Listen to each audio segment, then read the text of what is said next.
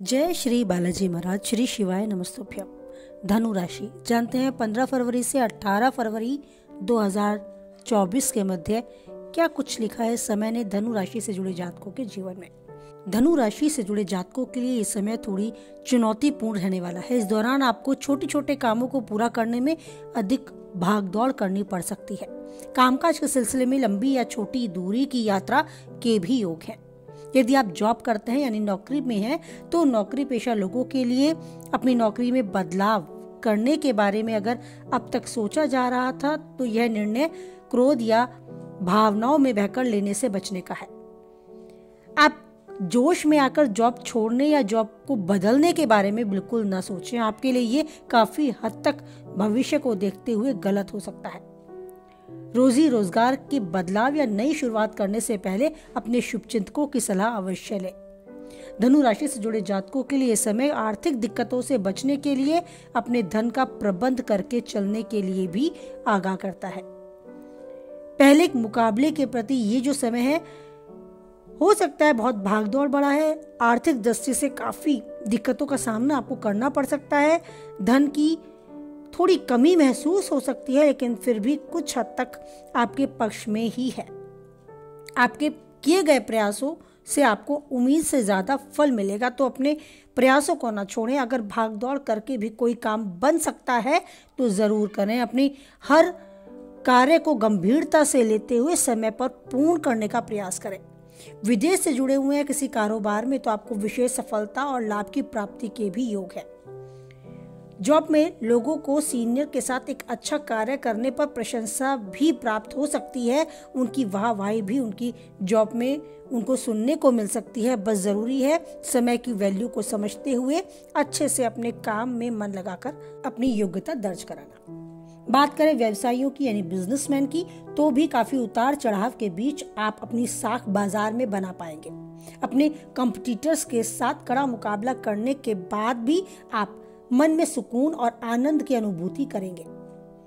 शरीर के प्रति लापरवाही बिल्कुल न बरतें। सेहत के प्रति आपको सचेत रहने की आवश्यकता है, क्योंकि पहले से चली आ रही किसी बीमारी के फिर से उभरने के योग है। साथ ही आपको पाचन क्रिया संबंधी भी अपनी खान पान की दिनचर्या को सही रखते हुए उस पर ध्यान देना आवश्यक है। योग व्यायाम को अपनी दिनचर्या में जरूर शामिल करें। अच्छे खान पान के साथ अपने जीवन को जिए। यात्रा के प्रबल योग हैं, लेकिन यात्रा के दौरान आपको अपने सामान की सुरक्षा का भी ध्यान रखना होगा और वाहन चलाते समय भी बहुत सावधानी बरतने की आवश्यकता है। परिवार से जुड़े लोगों के लिए भी पारिवारिक सुख सुविधा का सब सकारात्मक आवरण आपको देखने को मिलेगा। घर में एक अच्छा माहौल आपको देखने को मिलेगा। हंसी खुशी का माहौल आपके मन को आनंदित करेगा। परिवार के वरिष्ठ व्यक्ति का आशीर्वाद आपको प्राप्त होगा और साथ बैठकर अपने मन की चर्चा करने का भी समय मिलेगा। अगर अभी तक आप विवाह जीवन में नहीं बंधे हैं, तो कोई विवाह के योग भी आपके बनते हैं, तो कोई प्रस्ताव भी आपके पास आ सकता है। अगर वैवाहिक जीवन जी रहे हैं, तो आपका जीवन साथी पूर्ण रूप से आपको सहयोग करेगा। उनके साथ बैठकर आप एक क्वालिटी टाइम स्पेंड करेंगे और इस पल को यादगार भी बनाएंगे। छोटी मोटी नोकझोंक जो पहले थी, वो स्वतः ही दूर होती नजर आएगी। आपके जीवन साथी का पूर्ण सहयोग आपको मिलता नजर आएगा। आपकी भावनाओं को वो समझेंगे और आप भी उनकी भावनाओं का सम्मान करेंगे। ध्यान रखना है उन गृहिणियों को जिनको हम हाउस मैनेजर का नाम देते हैं।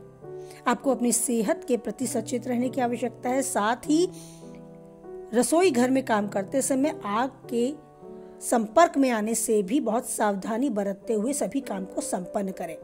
भागदौड़ भरे जीवन में अपने को जरूर समय दें। व्यस्त जीवन में अपने को भूल जाने और स्वास्थ्य के प्रति लापरवाही बरतने से आपके भविष्य में आपको बड़ी परेशानियों का सामना करना पड़ सकता है। तो सबसे जरूरी है आपके लिए खुद आप अपने को जरूर समय दें।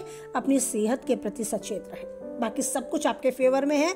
आपके परिवार में आपका मान सम्मान बढ़ेगा। आपकी योग्यता को सराहा जाएगा और भरपूर सहयोग के साथ आप इस समय को बड़े आनंद के साथ जिएंगे।